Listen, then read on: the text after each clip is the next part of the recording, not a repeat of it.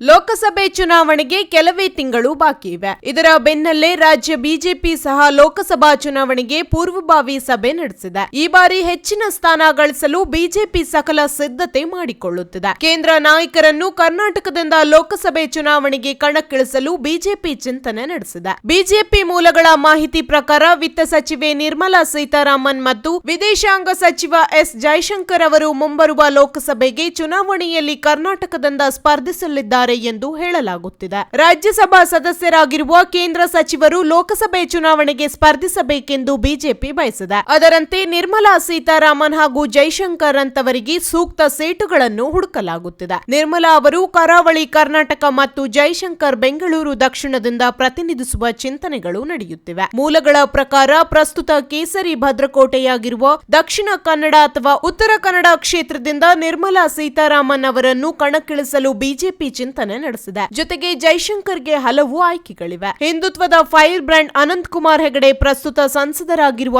ಉತ್ತರ ಕನ್ನಡ ಜಿಲ್ಲೆಯ ಭದ್ರಕೋಟೆಯಾಗಿದ್ದು, ಇಲ್ಲಿ ನಿರ್ಮಲಾ ಸೀತಾರಾಮನ್ ಅಥವಾ ಜೈಶಂಕರ್ ಸ್ಪರ್ಧೆಗೆ ಇಳಿಸುವ ಚಿಂತನೆ ನಡೆಸಲಾಗುತ್ತಿದೆ. ಉತ್ತರ ಕನ್ನಡ ಜಿಲ್ಲೆಯಲ್ಲಿ ಬಿಜೆಪಿಯಿಂದ ಯಾರನ್ನೇ ನಿಲ್ಲಿಸಿದರೂ ಗೆಲ್ಲುವ ಅವಕಾಶ ಇದೆ. ಆದ್ರೆ ಇದೀಗ ಒಬ್ಬರ ಮಾಜಿ ಸಚಿವರ ಕಿತ್ತಾಟದಿಂದ ಬಿಜೆಪಿ ಭದ್ರಕೋಟೆ ಒಡೆದು ಹೋಗುವ ಆತಂಕವಿದೆ. ಸಂಸದ ಹಾಗೂ ಕೇಂದ್ರ ಮಾಜಿ ಸಚಿವ ಅನಂತಕುಮಾರ್ ಹೆಗಡೆ ಹಾಗೂ ರಾಜ್ಯ ವಿಧಾನಸಭಾ ಮಾಜಿ ಸಚಿವ ಮಾಜಿ ಸ್ಪೀಕರ್ ವಿಶ್ವೇಶ್ವರ ಹೆಗಡೆ ಇಬ್ಬರು ಲೋಕಸಭಾ ಟಿಕೆಟ್ ಆಕಾಂಕ್ಷಿಗಳಾಗಿದ್ದಾರೆ. ಇಬ್ಬರು ಒಂದೇ ಪಕ್ಷದಲ್ಲಿ ಇದ್ದರೂ ವಿರೋಧಿಗಳಾಗಿದ್ದಾರೆ. ಹೀಗಾಗಿ ಯಾರಿಗೆ ಟಿಕೆಟ್ ನೀಡಿದರೂ ಕಾಲೆಳೆತ ಗ್ಯಾರಂಟಿ ಎನ್ನುವ ಸನ್ನಿವೇಶವಿದೆ. ಇದರಿಂದ ಕಾಂಗ್ರೆಸ್ಗೆ ಹೆಚ್ಚು ಲಾಭ ಆಗಲಿದೆ. ಹೀಗಾಗಿ ಕೇಂದ್ರ ಬಿಜೆಪಿ ನಾಯಕರು ಗೆಲ್ಲುವ ಕ್ಷೇತ್ರವನ್ನು ಹಾಳು ಮಾಡಿಕೊಳ್ಳಲು ಇಷ್ಟವಿಲ್ಲದೆ ಈ ಹೊಸ ನಿರ್ಧಾರ ತೆಗೆದುಕೊಳ್ಳುವ ಸಾಧ್ಯತೆಗಳಿವೆ ಎನ್ನುತ್ತಿದೆ ದೆಹಲಿ ಮೂಲಗಳು. ಬೆಂಗಳೂರು ದಕ್ಷಿಣ ಮತ್ತು ಬೆಂಗಳೂರು ಸೆಂಟ್ರಲ್ ಕ್ಷೇತ್ರಗಳನ್ನು ಜೈಶಂಕರ್ಗೆ ಸುರಕ್ಷಿತವಾಗಿರುತ್ತದೆ ಎಂದು ಬಿಜೆಪಿ ಭಾವಿಸಿದೆ. ಹೀಗಾಗಿ ಜೈಶಂಕರ್ ಅವರು ಬೆಂಗಳೂರಿಗೆ ಆಗಾಗ ಬರುತ್ತಿದ್ದಾರೆ. ಈ ನಗರದೊಂದಿಗೆ ಅವರು ದೀರ್ಘ ವೈಯಕ್ತಿಕ ಒಡನಾಟ ಹೊಂದಿದ್ದಾರೆಂದು ಹೇಳಲಾಗುತ್ತಿದೆ. ಅವರು ಇಲ್ಲಿನ ರಾಷ್ಟ್ರೀಯ ಮಿಲಿಟರಿ ಶಾಲೆಯಲ್ಲಿ ವ್ಯಾಸಂಗ ಮಾಡಿದ್ದರು. ಬಿಜೆಪಿಯ ವಿಧಾನಸಭಾ ಚುನಾವಣಾ ಪ್ರಚಾರದ ವೇಳೆ ಜೈಶಂಕರ್ ಬೆಂಗಳೂರಿಗೆ ಹಲವು ಬಾರಿ ಭೇಟಿ ನೀಡಿದ್ದರು. ಅವರು ಶಿಕ್ಷಣ ಸಂಸ್ಥೆಗಳು, ಕಬ್ಬನ್ ಪಾರ್ಕ್ಗಳಲ್ಲಿ ಕಾರ್ಯಕ್ರಮಗಳನ್ನು ಮಾಡಿದ್ದರು ಮತ್ತು ಪ್ರಸಿದ್ಧ